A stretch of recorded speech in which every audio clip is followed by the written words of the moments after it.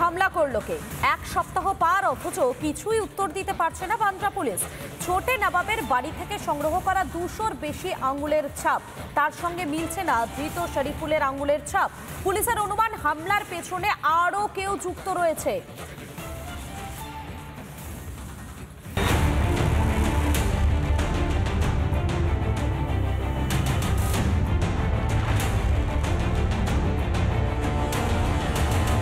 দুটো ছবি ভালো করে দেখুন।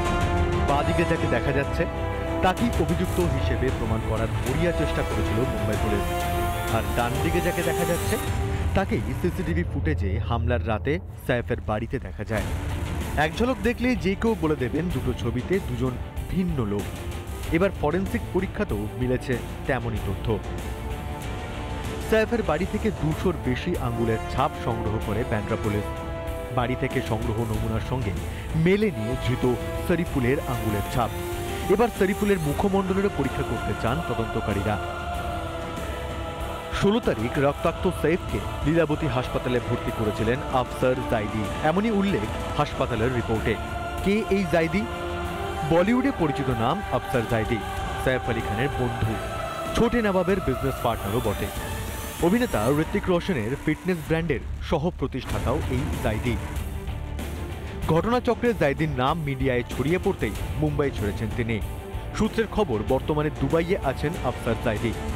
এখন প্রশ্ন উঠছে, জাইদিকে কেন জিজ্ঞাসাবাদ করল না পুলিশ? রক্তাক্ত সাইফকে হাসপাতালে ভর্তি করতে এত দেরি কেন? মাঝের 1 ঘন্টা 41 মিনিট কোথায় ছিলেন সাইফ? সার্জনের দাবি রক্তাক্ত সাইফের সঙ্গে ছিল ছোট্ট তৈমুর। কেউ কেউ বলছেন ইব্রাহিম সাইফকে হাসপাতালে ভর্তি করেন, অথচ মেডিকেল রিপোর্টে নাম উল্লেখ অভিনেতার বন্ধু। আসলে কে ভর্তি করলেন সাইফকে? ভাঙা ছুরির 2টো টুকরো পাওয়া গিয়েছে সাইফের ছেলের ঘর থেকে। ছুরির 3য় খণ্ড পাওয়া গেল একটি লেকের ধারে, যার দূরত্ব সাইফের বাড়ি থেকে কয়েক কিলোমিটার দূরে। একটি ছুরি, তার 3টি খণ্ড। 1 সপ্তাহ লাগলো ছুরির 3য় খণ্ড খুঁজতে। কবে উঠবে রহস্যের পর্দা? যাদের প্রায় সারাদিনই কেটে যায় লাইট অ্যাকশন ক্যামেরার সামনে, সেই পরিবার কেন সাংবাদিকদের ক্যামেরার সামনে আসছেন না?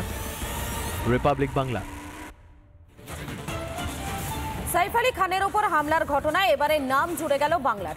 ধৃত শরীফুলের থেকে যে সিম কার্ড পাওয়া গেছে তা কেনা হয় খুকুমনি জাহাঙ্গীর শেখের নামে। গোটা বিষয়ে খুঁটিনাটি জানতে বাংলায় আসে মুম্বাই পুলিশের 4 সদস্যের দল। কলকাতায় এসে এ নিয়ে জানতে গিয়ে রোমাঞ্চক মোড়, কলকাতায় তদন্তে মুম্বাই পুলিশ।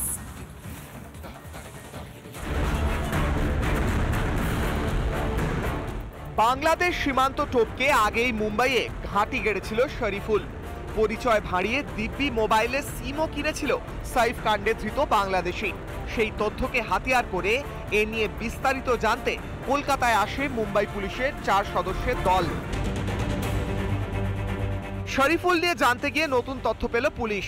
শরীফুলকে জেরায় নাম উঠে এসেছে খুকুমনি জাহাঙ্গীর শেখের। খুকুমনি জাহাঙ্গীর শেখের পরিচয় সিম কিনেছিল ধৃত ওই বাংলাদেশি। সিম কিনতে যে ঠিকানা দিয়েছিল শরীফুল তাও ভুয়ো বলে জানতে পারে মুম্বাই পুলিশ। এরপরেই 4 সদস্যের ওই দল চলে যায় শিলিগুড়ি।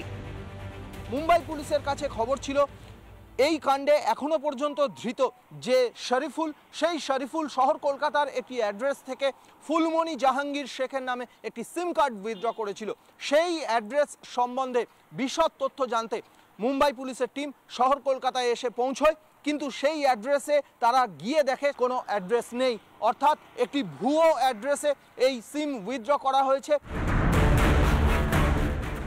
সাইফকে হামলার পেছনে বড় মাথা রয়েছে বলে অনুমান করছেন তদন্তকারীরা। রিপাবলিক বাংলা। নানা ধরনের কন্টেন্ট দেখার জন্য লাইক করুন, শেয়ার করুন আমাদের ফেসবুক পেজ, সাবস্ক্রাইব করুন আমাদের ইউটিউব চ্যানেল। পাশাপাশি অন্যান্য ব্রেকিং নিউজের জন্য অবশ্যই চোখ রাখুন রিপাবলিক বাংলায়।